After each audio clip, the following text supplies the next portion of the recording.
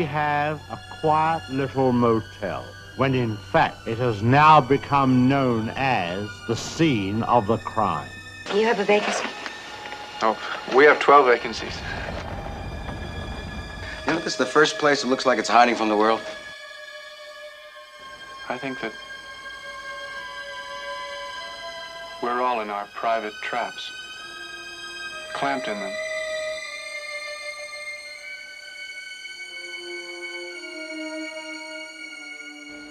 And none of us can ever get out. Is anyone at home? Oh, that must be my mother. Is anything wrong?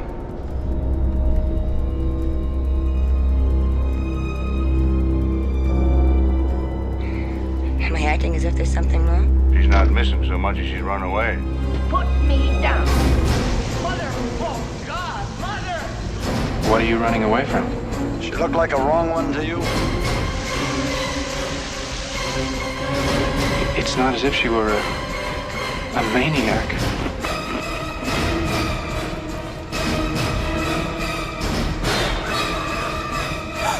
She just goes a little mad sometimes.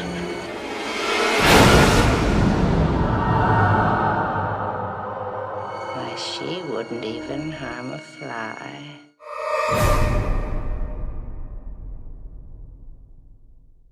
Psycho, a pronounced classic and masterpiece directed by the revolutionary Alfred Hitchcock. But the question still arises why you should actually watch this decades, over 50 years old film. Psycho was a adaptation from Robert Bloch's book with the same name, and the main differences between the two films are the depiction of Norman Bates is more grisly and more gory.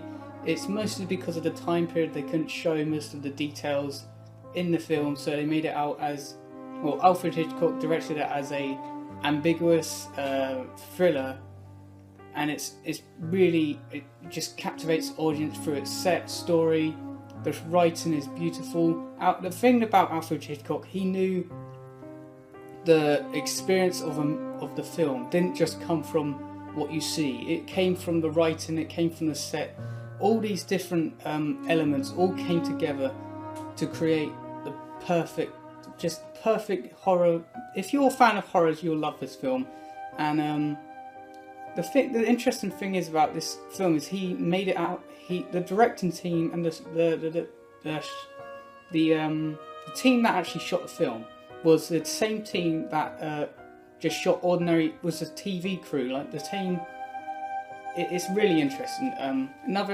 Alfred Hitchcock really intrigued me, or he's always intrigued me, because most of his stories, they're intense character studies on these specific people. They're either, their characters are completely flawed, or their characters are just in their own world, or they're just how he directs it just makes you very intrigued, and it always captures your attention. How his stories are very occlusive, and they tend to turn themselves upside down before, and that was it wasn't really his style. He just tend to like making those sort of stories, and then before M. Night Shyamalan made it his style, you had Alfred Hitchcock with Psycho and Rear Window and Vertigo.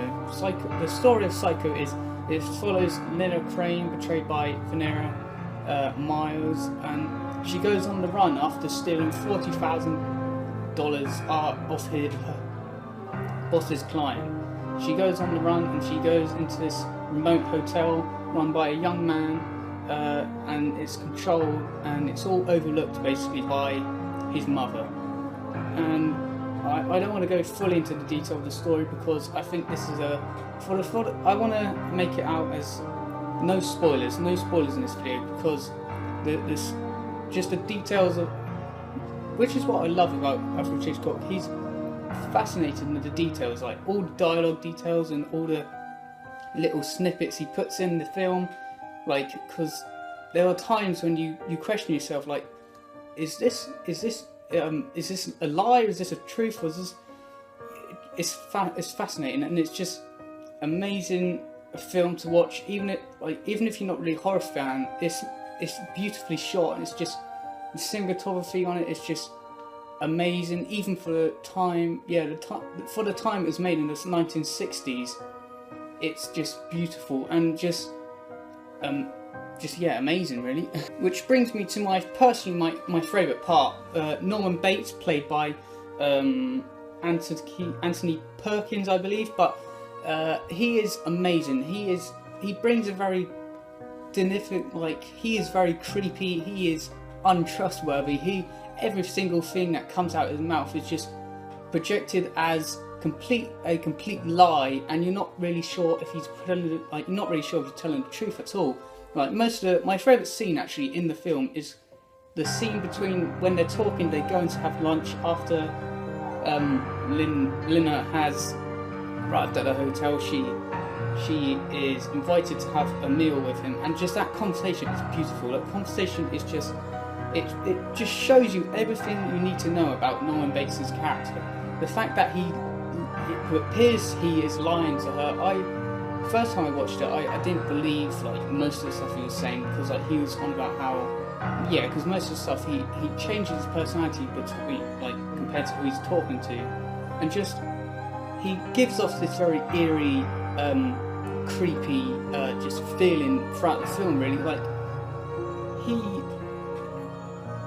Norman Bates' character is a very flawed, innocent-looking person who, if you delve underneath the layers of his character, just insanity is revealed, and just insanity is just very fascinating, and it's very fun, really. Because most of the time when he's in his normal Norman Bates, he has two sides of his personality. He has the side he hides, and then you have the Norman Bates side. He's obviously just creating this persona. Norman is a very fascinating character because he sort of creates his own image. He wants to be this very respectable, flirtatious sort of like a playboy, sort of confident. He's not really too. He's very charismatic, and the fact that his true self is none of that. The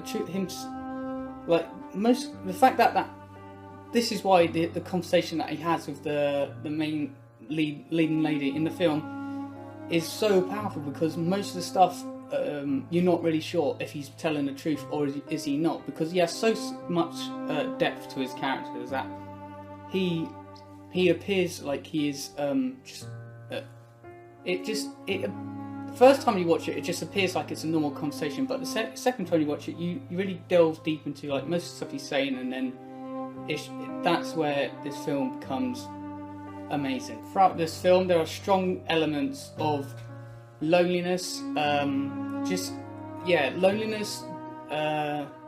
isolation, and these are all projected by Norman Bates' character. The fact that his character is this isolated, he lives on his own, he runs a hotel which no one goes to, and the fact that his hotel is completely off the grid, it's almost like he is isolating himself from the fact that he is isolating himself from reality itself just makes him even more crazy, and that just makes him into a cycle of rational thought and insanity, just loops and cycles, and you can just see this throughout the film, just him doubting himself, just the whole mother incident in the film, which I'm not gonna delve into because that's spoiling the film, because people who haven't seen it don't know about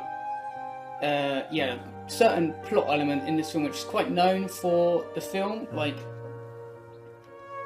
Bates' character is so strayed away from he's so far away from society. He comes off as innocent, but he's not innocent. He's very manipulative, and he just goes down into this road of just complete psycho. There's also a subtle element of denial, because everyone else, if you stretch away like they go investigating what happened to. When they go to investigate Norman Bates, they sort of go to the chief of police, and the fact that he has no idea what is happening in his own town is just a sheer shown of denial. The fact that Norman Bates is so good at hiding and isolating himself from society is that no one actually knows what he's really doing, and that's what makes this film so. I guess it just adds even more humanity to this sort of character and every single other character, and I would probably say most of the actors are amazing. The fact that Alfred Hitchcock just made them act as subtly as they can, except for this one actor, which I think he is the person who Vera is trying to steal the money for, which I don't think it's probably just a time period, and the fact that his accent is so powerful, and it's just his accent is, it sort of becomes its own character at some points. Like, it's at least he's not in the film that long. Like, there's only a few scenes that's actually in the film. That's the only criticism I have. Like, that character, just the voice of his character, that's the only reason I don't like him. Is his voice is just annoying, and it's a very American 1950s wartime sort of voice. Like it's just very cliche, and it's become a cliche of itself really, and that's what makes me annoyed. If we're honest, for any film that is over 50, half a century years old, there are going to be some flaws, and the fact that it's only really one, or like two at least, there's only really two flaws in this film. The fact that one of the flaws in this film is that some of the scenes are extremely dated.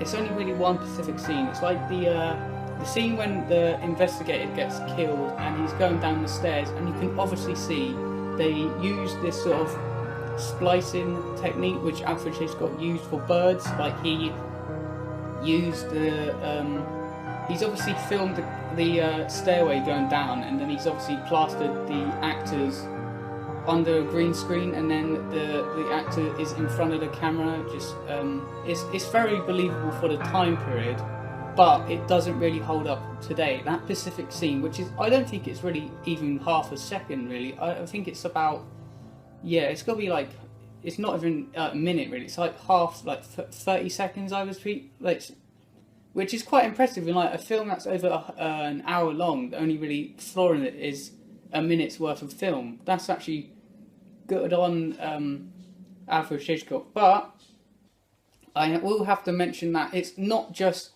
Psycho that makes Alfred Hitchcock as revolutionary as he is. He obviously is he's a great filmmaker, and the fact that he inspired loads of other directors, because Stanley Kubrick, M. Night Shyamalan, I will probably say David Fincher, but it's mostly just his suspenseful style that's only really there. And I would probably say, I'll probably give this film 5 ripped shower curtains that probably need replacing out of 5, and I strongly suggest you go and see this film, guys, because if you haven't seen this film, it's just, what have you been doing? Just go and see it, and see you again on another Steve Reviews. Like, subscribe, and just comment below if any other films you want me to review. I don't really have a personal preference. I don't really care what film it is, just if it's a film, that's alright for me.